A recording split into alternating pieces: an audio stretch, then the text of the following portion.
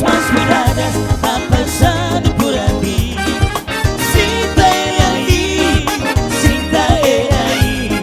O homem das mãos cuidadas tá passando por aqui. Sinta ele aí, sinta ele aí. Ele opera maravilhas, faz milagre acontecer. Caminhou por sobre as águas, porque ele tem poder. Ele abriu o mar vermelho e o povo passou a ver. O homem das mãos furadas é Jesus de Nazaré. O homem das mãos furadas está passando por aqui. Sinta ele aí, sinta ele aí. O homem das mãos furadas está passando por aqui. Sinta ele aí, sinta ele aí.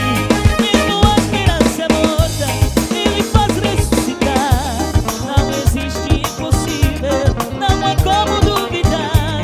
A viúva de Naim, jurado pelo que perdeu, Jesus tocou no esquife e usou em reviver. O homem das mãos furadas está passando por aqui. Sinta ele aí, sinta ele aí. O homem das mãos furadas está passando por aqui. Sinta ele aí, sinta ele aí.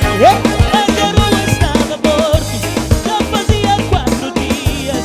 Também já tinha morrido a esperança de Maria. De repente chega o mestre e diz: não, moço amor, Lázaro nem parou e o morto ressuscitou. O homem das mãos furadas está passando por aqui. Sinta ele aí, sinta ele aí. O homem das mãos furadas está passando por aqui. Sinta ele aí, sinta ele aí.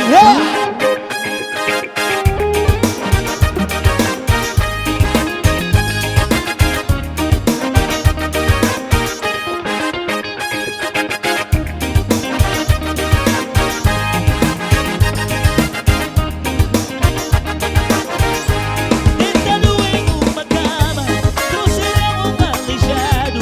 Por causa da multidão, subiram pelo telhado.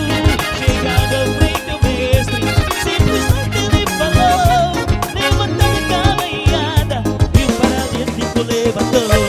O homem das mãos furadas está passando por aqui. Sinta ele aí, sinta ele aí. O homem das mãos furadas está passando por aqui. Sinta ele aí, sinta ele aí. Aquele que teve triste, ele vai fazer sorrir. Ele opera coração, sem precisar de bisturi. Ele é o Deus cheio e as luzes Satanás. Dá um coração a ver as maravilhas que ele faz. O homem das mãos furadas está passando